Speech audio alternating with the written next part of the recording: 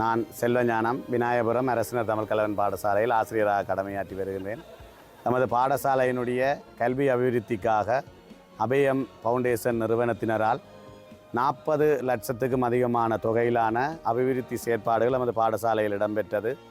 குறிப்பாக ஆசிரியர்களுக்கான விடுதி, வகுப்பறை கட்டடங்களுக்கான அண்டர் சீட் வசதிகள் மற்றும் 5-6 கணனிகள் மற்றும் அது ஆங்கில பாட ஆசிரியர் ஒருவரையும் தந்திருந்தார்கள். இந்த ஸ்கூலில் முதல் இங்கிலீஷுக்கு டீச்சர் இல்லைன்னு அவை மூலம் வந்து நான் இங்கே படிப்பிக்க. அப்போ கொஞ்சம் வந்த புதுசில் பிள்ளைகள் இங்கிலீஷ் நடக்கிறேல இங்கே வேறு பாட டீச்சர்ஸ் சும்மா சொற்கள் அதுகள் தார நான் ஃபீட்பேக் எடுத்து நான் இந்த மாதிரி. இப்போ நான் 1 month தான் ஆகுது. இப்போ இனியும் போக போக நல்லா செய்வினம் என்று நான் நம்பிக்கையாக இருக்கிறேன். அவர்களுக்கு மாதந்தோறும் 30,000 ரூபா பணத்தினை அன்பளிப்பு செய்கிறார்கள். இதன் மூலமாக நமது பாடசாலையில் இறுதியாக நடைபெற்ற 3 வருட பரீட்சையில் நமது பாடசாலையில் சேர்ந்த மாணவர்கள் 7-8க்கும் அதிகமான மாணவர்கள் ஆங்கில பாடத்தில் C மற்றும் S தர சித்திகளை பெற்றிருந்தார்கள். இதன் மூலமாக எங்களோட பாடசாலையினுடைய கல்வியில் பல்வேறு அபிவிருத்தி செயற்பாடுகள் இடம்பெற்றது. குறிப்பாக ICT மற்றும் ஆங்கில பாடங்களில் மாணவர்களுடைய அடைவு மட்டமானது அதிகமாக இருக்கின்றது. நாங்கள் சாந்தை விநாயகர் முன்பள்ளி ஆசிரியர். எமது முன்பள்ளிக்கு அபய நிறுவனமானது கடந்த 2 வருட காலமாக பால் விநியோகிக்கப்பட்டு வருகிறது. எமது முன்பள்ளியில் 52 பிள்ளைகள் கல்வி கற்கின்றார்கள். 4 ஆசிரியர்கள் கல்வி கற்பிக்கின்றார்கள். எனவே உண்மையிலே இந்த பால் என்றது எமது முன்பள்ளி மாணவர்கள் போசாக்கு இன்மை காரணமாகவும் அவர்களுடைய உடல் வளர்ச்சி குறைவாகவும் உள்ளது. எங்களோட பிள்ளைகளுக்கு அபய நிறுவனத்தால் பால் கொடுக்கறதால நிறைய போசாக்க கொஞ்சம் காணப்படுது. மூளை விருத்தி அடைஞ்சு கொஞ்சம் படிப்படியாக செய்யணும்னு சொல்லி டீச்சர் சொல்கிறா. நாங்களும் பார்த்தளவில் செய்யணும். கீழே இருந்தவ கொஞ்சம் மட்டத்துக்கு கொஞ்சம் மேலே வந்து கொண்டிருக்கணும். சத்துள்ள போசாக்கான இந்த பாலை பருகுவதுடன் அவர்களின் போசாக்கு நிலைமையானது உயர்ந்த மட்டத்தில் காணப்படுவதையே நாம் அவதானிக்க முடிகின்றது. நமது பாடசாலையின் பெயர் பெனங்காமம் 3 ஆத்தாக்கா பாடசாலையாகும். பின்தங்கிய கிராமத்தில் அமைந்துள்ள பாடசாலையாக காணப்படுகின்றது. இப்பாடசாலைக்கு அவைய நிறுவனத்தினால் போட்டோகோப்பி பிரதி மிஷின் வழங்கப்பட்டது. நாங்கள் இதுவரை காலமும் வெளியில் சென்று அடிக்க முடியாது பெருந்தொகை பணத்தை கொடுத்து மாணவர்களுக்கு அடித்து செயலட்டைகளும் படங்களும் அடித்து கொடுக்கப்பட்டோம். ஆனால் இந்த நிறுவனம் தந்ததிலிருந்து நமக்கு பெரும் உதவியாக உள்ளது. இந்த அபயம் என்று சொல்லப்படுகின்ற கல்விக்கான ஒரு பாரிய பங்களிப்பினை வழங்கி வருகிற நிறுவனத்தின் கீழே அனுசரணையோடு எங்களுடைய பாரதிபுரம் மண்ணில் சயின்ஸ் சென்டர் இயங்கி வருகிறது. 3 வருடங்களுக்கு மேலாக இந்த விஞ்ஞான கல்வி நிலையத்துக்குரிய நிதியினை அபய நிறுவனம் வழங்கி வருகிறது. அது மட்டுமல்லாமல் இந்த கல்வி நிலையத்துக்குரிய கட்டிட வசதிகள் மற்றும் தளபாட வசதிகள், இந்த மாணவர்களுடைய கற்றல் செயற்பாடுகளில் இந்த அபயம் நிறுவனமானது மிகவும் காத்திரமான பங்களிப்பை செய்து வருகிறது. நான் விஞ்ஞான கல்வி நிலையத்தில் கல்வி கற்று வரேன். இக்கல்வி நிலையமானது இவ்வாறு உயர்ந்து காணப்படுவதற்கு அபயம் நிறுவனத்தினர் காரணமாக அமைகின்றனர். இப்பிரதேசத்தில் கல்வி நிலையமானது அமைய பெற்று வருவது வறுமை கோட்டுக்கு உட்பட்ட மாணவர்களுக்கு வரப்பிரசாதமான ஒரு விடயமாகும். அபயம் ஃபவுண்டேஷனால் இந்த ஃப்ரீயாக வழங்கப்படுகின்ற இந்த இலவச கல்வியானது எமது பின்தங்கிய மற்றும் ஏனையோர்களுக்கான ஒரு மிகப்பெரிய கொடைன்னு தான் சொல்ல வேணும். நம்மையிலேயே இந்த அறநெறி வகுப்பும் இங்கிலீஷ் கிளாஸும் முக்கியம்.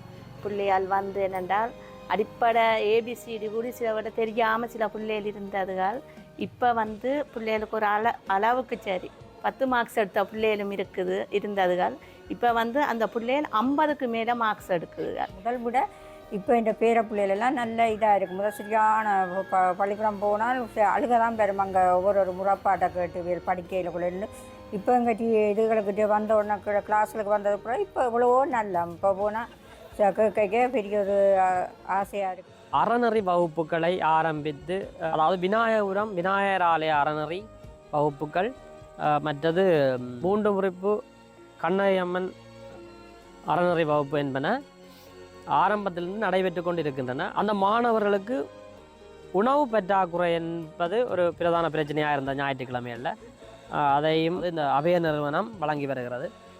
ஒவ்வொரு ஞாயிறிலும் எங்களுடைய சூழல் பிரச்சனை குறைப்பதற்காகவும் கல்வி வளர்ச்சியை மேம்படுத்துவதற்காகவும் சைவ விழுமியங்களை வளர்த்துக் வகுப்பு நடைபெற்று வருகிறது.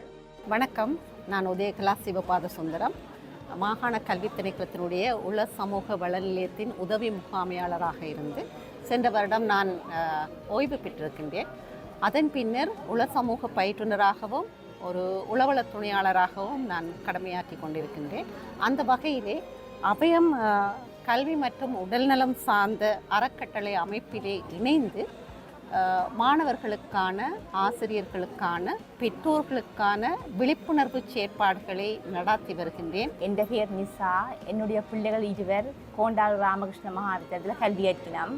இப்போ கொஞ்ச நாளாக எனக்கு ஒரு பிரச்சனை என்னென்னா, என் பிள்ளைகள் சொல்லி கேட்குற குறைவு. அதை இப்போது 9, 10க்கு வந்துட்டுனா 9ஆம் ஆண்டு 10ஆம் ஆண்டு சொல்லி கேட்குற கொஞ்சம் குறைவு. ஒரே ஃப்ரெண்ட்ஸ்ன்னு சொல்லி திரிக்கிறதால எனக்கு சரியான கவலை. கொஞ்சம் பரவாயில்லை, என் பிள்ளைகள் சராசரியாக படிக்கக்கூடிய பிள்ளைகள். அவைகள் ஒரு நாள் வந்து சொல்லிச்சுனா, அம்மா உங்களோட கதைக்கோணுமாம், அபயம் அறக்கட்டளை நிலையத்திலேருந்து ஒரு மிஸ்ஸரால் வாரா, உங்களோட கலந்துரி ஆடணுமா, எங்களோட வழிகாட்டு ஆலோசனை டீச்சர்னு சொல்லிவிட்டவா, அதிபரும் சொல்லிவிட்டவர், நீங்கள் ஒருக்கா வாங்கன்னு சொல்லி என்னை கூப்பிட்டவியல். எனக்கு சரியான கவலை. இப்போ என்னடா எந்த சொல்லு கேட்குறாங்களே இல்லையேன்று. அப்போ நான் மிஸ்ஸோட கலந்துரி ஆடைக்க மிஸ் சொன்னவா, இந்த கட்டளமை பருவ உடல் உள ரீதியான மாற்றங்கள் தொடர்பாக மிஸ் வடிவாக கலந்துரி ஆடினவா. அப்போ அதை கேட்ட பிறகு எனக்கு கொஞ்சம் ஒரு ரிலாக்ஸாக இருந்தது. என்றால் அதால் தான் இப்போ என் பிள்ளைகள் இப்போ கொஞ்சம் தடுமாறினமோன்னு யோசிச்சேன். அதுக்கு மிஸ் 1-2 தீர்வுக்கான வழிகளும் சொல்லி தந்தவா. எனக்கு 3 பிள்ளைகள் இருக்குது. அப்போ நான் இந்த மனவேலி திரைப்படத்தை குறும்படத்தை பார்க்க சொல்லி சொல்லுதான் வந்து பார்த்தேன்னா, நான் உண்மையாக அது எனக்கு பிரியோசனமாக இருந்தது. அப்போ பெற்றோராக இருக்கிற எனக்கு உண்மையாக இந்த பிள்ளைகளை வளர்க்குறது இது பல இடங்கள்லேயும் இந்த பெற்றோர்களுக்கு இப்படி இல்லை, பெற்றோர்களுக்கும் இப்படி காட்டினா அந்த பிள்ளைகளை இப்படி வளர்க்குறதுங்கிற விஷயத்த எல்லாரும் தெரிஞ்சு கொள்கிறோம்னு எனக்கு ஒரு விருப்பம் இருக்குது. அந்த வகையிலே இந்த பாடசாலை மாணவர்களிடம் அல்லது பெற்றோர்களிடம் செல்லுகின்ற போது இந்த அபயம் அறக்கட்டளை கல்வி மற்றும் உடல்நலம் சார்ந்த அமைப்பினாலே இந்த ஒரு டெலிஃபோன் நம்பர் கொடுக்கப்பட்டிருக்கின்றது. எந்த நேரத்திலும் தொடர்பு கொள்ளலாம் என்பதை. எனவே உங்களுடைய பணி மென்மேலும் சிறக்க வேண்டும். இது பரந்துபட்டதாக அமைய வேண்டும். இலங்கை பூராகவும் மிக சிறப்பான முறையிலே பணியாற்றி உள்ள சமூக நன்னிலைக்கு வித்திட வேண்டும் என்ற ஒரு விடயத்தையும் நான் கேட்டுக்கொள்கின்றேன். நன்றி, வணக்கம். வடக்கு கிழக்கு மாகாணங்களில் அதிகரித்து வரும் இளவயது தற்கொலைகளை தடுத்து நிறுத்தும் நோக்குடன் யாழ்குடா நாட்டை தளமாக கொண்டு ஆரம்பிக்கப்பட்டு தனது சீரிய இலட்சியத்தை நோக்கி பயணித்து கொண்டிருக்கின்றது. அத்தோடு அபயம் அழைப்பினூடாக மாதாந்தம் 10 தொடக்கம் 20 வரையான உளநலச் சார்பு ஆலோசனைகள், வழிகாட்டல்கள் மற்றும் தீர்வுகள் எம்மினிய மக்களுக்கு வழங்கப்பட்டு வருகின்றது. அனைவருக்கும் வணக்கம். நான் கஸ்தூரியந்திரன், கனராயகுளம் பாடசாலை ஆசிரியர்.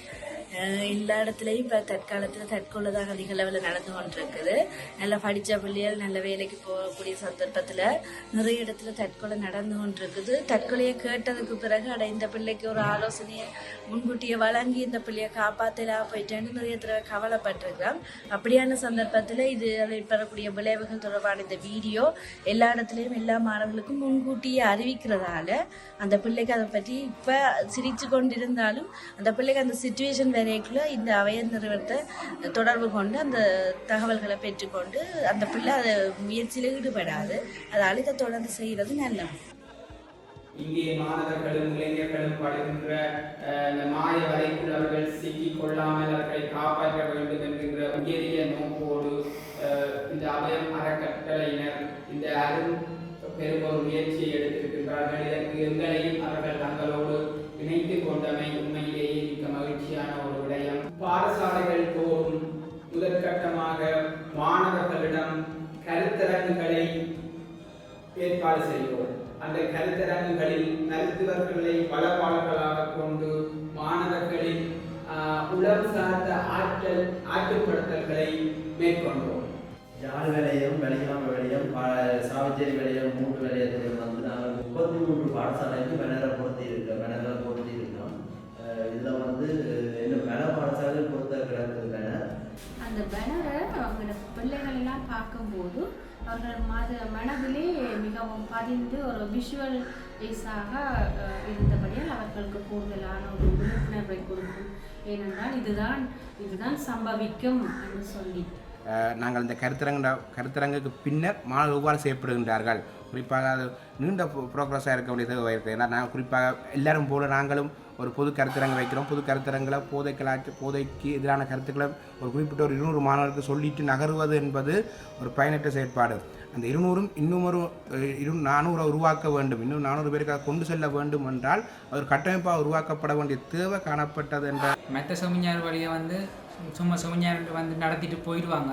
ஆனால் இவங்க அப்படி இல்லை, இவங்க எங்களுக்குள்ளேயே ஒரு கிளப் ஒன்று உருவாக்கி வச்சுருக்காங்க. சோஷியல் எதிக்ஸ் கிளப்னு முதலாவது மிகப்பெரிய ஒரு செயற்பாடு ஜான் வட்டியின்ற கல்லூரியில் ஒரு ஓவிய கண்காட்சி ஒன்று நடைபெற்றது. இந்த செயற்பாடுகளின் அடுத்த கட்டமாக நாங்கள் பாடசாலைகள் தோறும் நடந்த கருத்தரங்குகளிலிருந்து உருவாக்கிய சோஷியல் எதிக்ஸ் கிளப் மெம்பர்ஸை ஒவ்வொரு பாடசாலையிலும் இருந்து தெரிவு செய்யப்பட்டவர்களை நாங்கள் ஒரு ஒர்க் ஷாப் ஒன்றுக்கு 2 நாள் ஒர்க் ஷாப்பிற்கு அழைத்திருந்தோம். அந்த ஒர்க் ஷாப்பிலே அவர்களுக்கு தேவையான வாழ்வியல் பயிற்சி நெறிகளோடு எவ்வாறு இந்த சமூகத்தில் போதைப்பொருளுக்கு எதிரான போராட்டத்தை மறைமுகமாக முன்னெடுப்பது என்பது தொடர்பான அறிவுறுத்தல்களையும் வழங்கியிருந்தோம்.